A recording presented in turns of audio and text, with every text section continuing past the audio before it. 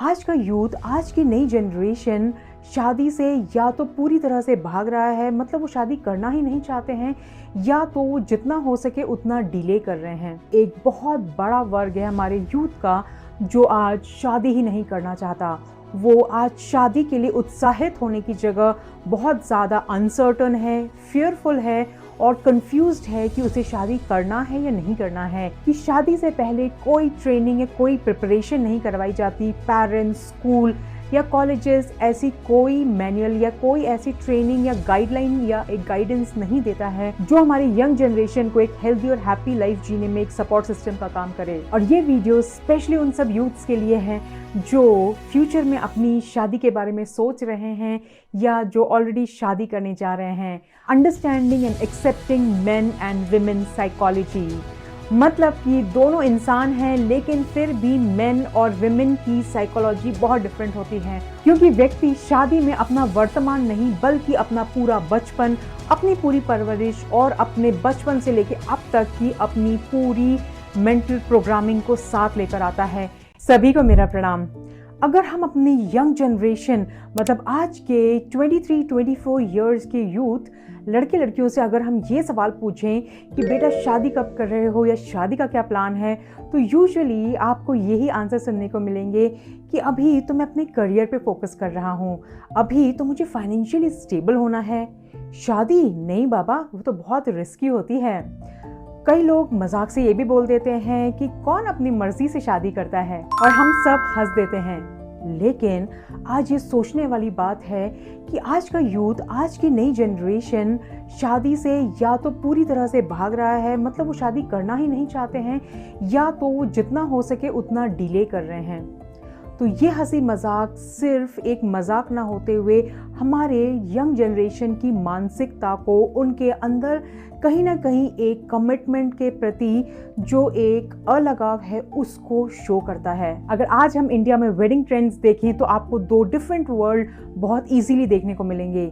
एक तरफ तो destination weddings, pre wedding shoots, DJ, music, decoration, हर चीज़ एक आज अलग लेवल पे हमारी इंडियन वेडिंग्स में देखने को मिलती हैं। आज वेडिंग इंडस्ट्री एक one of the leading industry बनती जा रही है, जहां लाखों करोड़ों रुपए हर साल इंडिया में खर्च किए जाते हैं। तो दूसरी तरफ एक बहुत बड़ा वर्ग है हमारे यूथ का जो आज शादी ही नहीं करना चाहता। वो आज शादी के लिए उत्साहित होने की जगह बहुत ज़्यादा अनसर्टन है, फियरफुल है और कंफ्यूज्ड है कि उसे शादी करना है या नहीं करना है। और जो कर भी रहे हैं वो शादी को बहुत ज़्यादा डिले कर रहे हैं।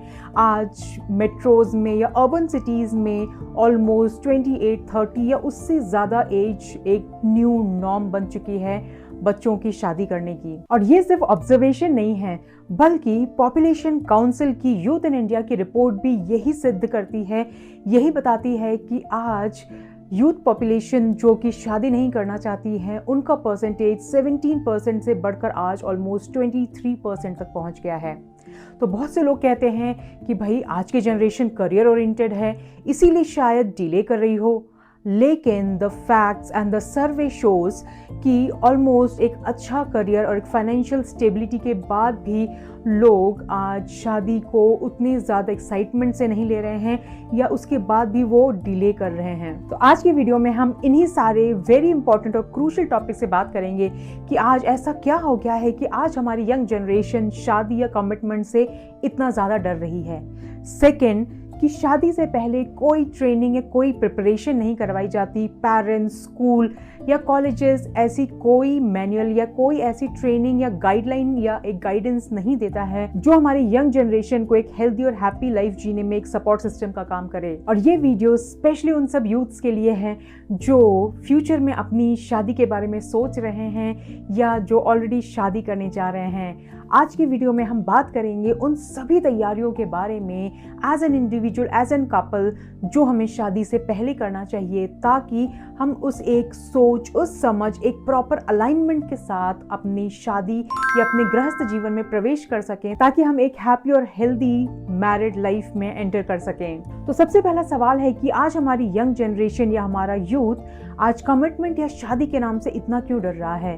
क्योंकि कोई बच्चे शुरू से शादी के नाम से तो नहीं डरते हैं, लेकिन जैसा एनवायरनमेंट, जैसे रिलेशनशिप्स, जैसे इश्यूज और चैलेंजेस वो अपने आसपास देखते हैं रिश्तों में, उनको देखकर उनका एक माइंडसेट बनता चला जाता है। जब वो देखते हैं अपने पेरेंट्स के बीच के इंडिफरेंसेस, अपने रिलेटिव्स के ब्रोकन मैरिजेस, अपने फ्रेंड्स के डाइवोर्स, अपने कजिन्स को रिलेशनशिप में एडजस्ट करते हुए, और जब सोशल मीडिया में चारों तरफ वो broken marriages, infidelity, extra marital affairs और टॉक्सिक रिलेशनशिप्स को देखते हैं, तो ऑफ कोर्स बच्चों के मन में ये धारणा बन जाती है कि मैरिजेस आर वेरी कॉम्प्लिकेटेड, बहुत ज़्यादा रिस्क है शादी में। शायद 1-2 साल तो खुशी रहती है, एक्साइटमेंट रहता है, लेकिन उसके बाद लाइफ सिर्फ कॉम्प्रोमाइज़ बन जाती है। तो जब वो ये सब चीज़ें अपने आसपास देखते हैं, सुनते हैं, तो उनके अंदर एक्साइटमेंट से ज़्यादा एक एंशियसनेस और एक फियर बिल्ड होना बहुत ज़्यादा ऑब्वियस है। तो जब इस माइंडसेट और इस कंफ्यूजन के साथ जब बच्चे शादी के मंडप में पहुंचते हैं और शादी के बाद जब रियल लाइफ सामने आती है, तो वो सिचुएशंस को संभाल ही नहीं पाते हैं, और इस असमंजस के कारण लोगों में आज डिवोर्स बहुत तेज़ी से बढ़ रहे हैं। अगर आप आज मेट्रोज में देखें, दिल्ली, मुंबई, बैंगलोर जैसे बड़े शहरों में पिछले 1 दशक में डिवोर्स रेट्स ऑलमोस्ट 30 to 40% तक बढ़े हैं, और बच्चे इन ट्रेंड्स को देख करके और भी ज़्यादा फर्म हो जाते हैं कि हमें इन सब प्रॉब्लम्स में पड़ना ही नहीं है। एक और फैक्टर है जो पहले के समय में बहुत ज़्यादा इंपॉर्टेंट रोल प्ले किया करते थे, और वो थे हमारे परिवार। यूजुअली पहले हम जॉइंट फैमिलीज़ में रहा करते थे, नाना नानी, दादा दादी, बुआ, चाचा, मासी सब आसपास रहा करते। जब भी न्यूली वेड कपल्स को कोई प्रॉब्लम होती या कोई कॉम्प्लिकेशन या इंडिफरेंसेस होते, तो कोई ना कोई उनकी हेल्प के लिए एक सपोर्ट सिस्टम के रूप में हमेशा खड़ा रहता और उनके इश्यूज़ वहीं सॉर्ट आउट हो जाते। लेकिन आज अक्सर न्यूक्लियर फैमिलीज़ में रहते हैं हम, जहाँ पे ना कोई सपोर्ट सिस्टम है, ना कोई गाइडेंस है, ना कोई हैंड होल्डिंग है। तो ऐसे कॉम्प्लिकेशंस या ऐसे कन्फ्लिक्ट्स जब भी अराइज होते हैं, तो लोग उन्हें हैंडल ही नहीं कर पाते हैं, लोग अपने रिलेशनशिप को संभाल ही नहीं पाते हैं। इसीलिए आज का यंग जनरेशन इन सब लफड़ों में, इन सब प्रॉब्लम्स में, इन सब कॉम्प्लिकेशंस में पड़ना ही नहीं चाहता है। इसीलिए वो सोचते हैं कि शादी ही ना करो, या करो तो इतना आराम से डिलेड या बहुत सोच समझ कर करो, ताकि फ्यूचर कॉम्प्लिकेशंस से बचा जा सके। तो एक तरफ तो डर, अनसर्टेनिटी और कंफ्यूजन है, और दूसरे तरफ कोई गाइडेंस नहीं है और कोई सपोर्ट सिस्टम नहीं है। And the worst of all कि हम एक छोटी सी भी कोई चीज़ करते हैं तो हम उसकी प्रिपरेशन करते हैं। कोई एग्ज़ाम हो तो हम उसके लिए प्रिपेयर करते हैं, इंटरव्यू हो, प्रमोशन हो, उसकी हम तैयारी करते हैं। कोई अगर हमारा परफॉर्मेंस हो, म्यूज़िक कंसर्ट हो या कोई गेम हो, हम हर चीज़ की तैयारी करते हैं। लेकिन जो हमारी लाइफ का सबसे बड़ा प्रोजेक्ट है, जो हमारे आगे की आने वाले 40, 50, 60 साल को डिफाइन करने वाला है, उसी के लिए हम कोई तैयारी नहीं करते हैं, कोई प्रिपरेशन नहीं करते हैं। आज अगर वेडिंग प्रिपरेशन या तैयारी की बात की जाती है, तो ये डिस्कस किया जाता है कि डेस्टिनेशन वेडिंग कहाँ होगी, प्री वेडिंग शूट का लोकेशन क्या होगा, डीजे कहाँ से आएगा, designer lehenga, matching sherwani, music system, decoration, guest list, food menu. ये यूजुअली प्रिपरेशन का पार्ट होता है। लेकिन जिस चीज़ पे पूरी शादी की नींव, उसका बेस, उसका फाउंडेशन टिका होता है, उन सारे क्रूशियल पॉइंट्स पे कोई तैयारी ही नहीं की जाती, कोई बात ही नहीं की जाती। आज लोग वेडिंग प्लान करते हैं, मैरिड लाइफ नहीं। वेडिंग सिर्फ 2 दिन का सेलिब्रेशन होता है, लेकिन मैरिज लाइफ लॉन्ग कमिटमेंट होती है, जो उस 2 दिन के वेडिंग सेलिब्रेशन के बाद जब वो 2 इंसान अपने रियल लाइफ में, अपने प्रैक्टिकल जिंदगी में जब कदम रखते हैं, तो उसके बाद जो शुरू होती है वो मैरिड लाइफ होती है, और उसके चैलेंजेस और कमिटमेंट्स को संभालना ही रियल मैरिड लाइफ होती है। तो जब हम प्री वेडिंग प्रिपरेशन या शादी की पूर्व की तैयारी की बात करें, तो ब्रॉडली हम उसे 5 कैटेगरी में डिवाइड कर सकते हैं।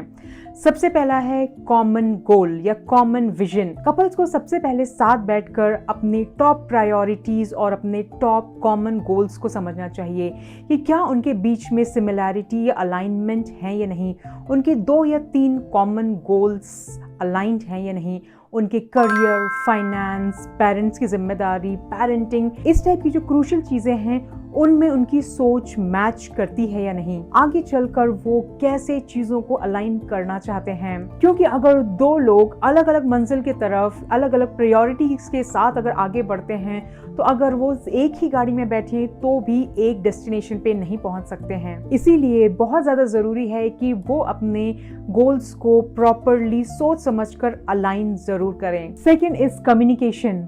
आज यूजुअली रिश्ते इसलिए नहीं टूटते कि कोई बहुत बड़ी प्रॉब्लम्स होती हैं, बल्कि इसलिए टूटते हैं कि प्रॉपर कम्युनिकेशन नहीं हो पाता है। आज हस्बैंड्स अपनी बातें, अपनी फीलिंग्स वाइफ के साथ नहीं बल्कि अपने दोस्तों के साथ शेयर करते हैं, क्योंकि उन्हें लगता है कि शायद वाइफ समझ नहीं सकती या समझेगी नहीं। और वाइफ्स भी अपनी प्रॉब्लम्स अपने घर पे अपने पेरेंट्स या अपने सिबलिंग्स के साथ या अपनी सहेलियों के साथ शेयर करती हैं, rather than properly communicating to the husband. और यहीं से प्रॉब्लम शुरू होती है कि जब प्रॉपर कम्युनिकेशन हस्बैंड वाइफ के बीच में नहीं होता है, तो धीरे धीरे छोटी छोटी गलतफहमियां बड़ी समस्याओं का रूप लेने लगती हैं, और जिसके कारण पूरे रिश्ते की नींव हिल जाती है। इसीलिए एक प्रॉपर और टाइमली कम्युनिकेशन बहुत ज़्यादा ज़रूरी है। इसीलिए शादी से पहले ये समझना बहुत ज़्यादा ज़रूरी है कि जब भी कोई मतभेद होंगे या कोई कॉम्प्लिकेशंस होंगे, तो हम उसे कैसे सॉर्ट आउट करने की कोशिश करेंगे। क्या हम बात करके उसे सुलझाने की कोशिश करेंगे या अपनी बात प्रूव करके एक दूसरे को हराने की। थर्ड फैक्टर इज परिवार को साथ में लेकर चलना।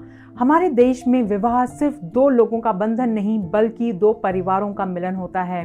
इसीलिए शादी से पहले दोनों को ये समझना होगा और ये तय करना होगा कि परिवार कि आगे चल के परिवार की जिम्मेदारियां कैसे संभाली जाएंगी, उन्हें सम्मान कैसे दिया जाएगा, जब भी कोई मतभेद होंगे तो उसे सुलझाया कैसे जाएगा, सीमाएं कैसे तय होगी, सहयोग कैसे बनाया जाएगा। क्योंकि जब दो परिवार प्रतियोगी बन जाते हैं तो बहुत सारी समस्याएं शुरू हो जाती हैं, लेकिन जब वही दो परिवार सहयोगी बन जाते हैं तो हमारे जिंदगी के लिए खुशहाली और एक बहुत बड़े सपोर्ट सिस्टम का काम करते हैं। और चौथा बहुत ही महत्वपूर्ण और बहुत ही क्रूशियल फैक्टर है understanding and accepting main and women psychology. मतलब कि दोनों इंसान हैं, लेकिन फिर भी मेन और विमेन की साइकोलॉजी बहुत डिफरेंट होती है। उनका चीज़ों को देखने का नज़रिया, उनका अपने स्ट्रेस को हैंडल करने का तरीका, अपने इमोशंस को एक्सप्रेस करने का तरीका, अपने प्यार को जताने का तरीका, हर चीज़ एक विमेन का और एक मेन का बहुत ज़्यादा डिफरेंट होता है। और प्रॉब्लम वहीं शुरू होती है जब हम एक दूसरे के इन डिफरेंसेस को नहीं समझते हैं और एक्सपेक्ट करते हैं कि आगे वाला भी वैसा ही व्यवहार करे जैसे कि हम चाहते हैं, तो वहाँ प्रॉब्लम्स सुलझने की जगह बढ़ जाती है। तो शादी के पहले हमारा इंटेंशन होना चाहिए कि हम इस चीज़ को एक्सेप्ट करें और रादर देन एक दूसरे को बदलने के, एक दूसरे को एक्सेप्ट करके आगे बढ़ें। And the fifth and the most crucial is कि आगे वाले इंसान को as an individual, as a person बहुत अच्छी तरीके से समझना। शादी के पहले बहुत ज़्यादा ज़रूरी होता है कि कपल्स एक दूसरे को एज अ पर्सन समझें। उनकी लाइकिंग्स, डिसलाइकिंग्स, कौन सी चीज़ें उन्हें हर्ट करती हैं, क्या चीज़ें उन्हें ट्रिगर करती हैं, उनके पर्सनल वैल्यूज़ क्या हैं, उनकी प्रायोरिटीज़ क्या हैं, उन्हें कौन सी चीज़ें एक्साइट करती हैं और कौन सी चीज़ें दुखी करती हैं, उनका चाइल्डहुड, उनकी अपब्रिंगिंग कैसी थी। क्योंकि व्यक्ति शादी में अपना वर्तमान नहीं बल्कि अपना पूरा बचपन, अपनी पूरी परवरिश और अपने बचपन से लेके अब तक की अपनी पूरी मेंटल प्रोग्रामिंग को साथ लेकर आता है।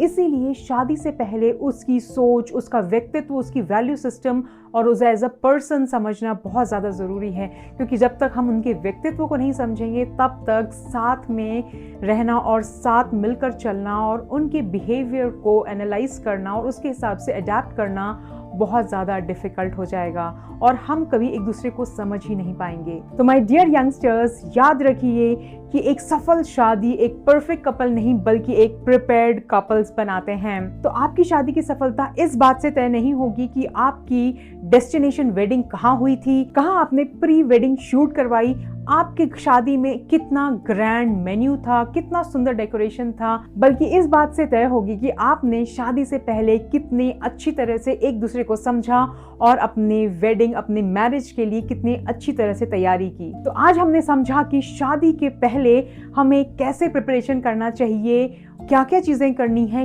कैसे माइंडसेट के साथ हमें एज अ कपल अपनी सिनर्जी को बिल्ड करना है, एक दूसरे को समझने की कोशिश करना है। अगर आपको आज का हमारा वीडियो पसंद आया हो तो प्लीज़ हमें सब्सक्राइब करें और शेयर करें अपने सभी यूथ और सभी यंगस्टर फ्रेंड्स के साथ और उनकी फैमिलीज के साथ, ताकि उनको एक आई ओपनिंग और एक थॉट प्रोवोकिंग सब्जेक्ट के ऊपर एक क्लियर अंडरस्टैंडिंग मिल सके और वो अपनी शादी में जाने से पहले अपने आप को बहुत अच्छी तरह से प्रिपेयर कर सकें। और सेकंड जो आने वाला वीडियो है वो और भी ज़्यादा डिटेल्ड होगा, तो उसके लिए हमारे साथ बने रहें और बेल आइकन को ज़रूर दबाएं ताकि उसका सबसे पहले नोटिफिकेशन आप सबको मिल सके। हमारी वीडियोस को लाइक करें और अगर आप शादी करने वाले हैं तो हमें कमेंट करके ज़रूर बताएं कि आपको किस चीज़ से डर लग रहा है या क्या आपके मन में द्वंद्व चल रहा है, ताकि हम आपकी मदद कर सकें और आपको एक प्रॉपर सोल्यूशन दे सकें। तो हम मिलेंगे अपने नेक्स्ट वीडियो में, तब तक के लिए बहुत बहुत धन्यवाद। भारतीय संस्कृति की जय।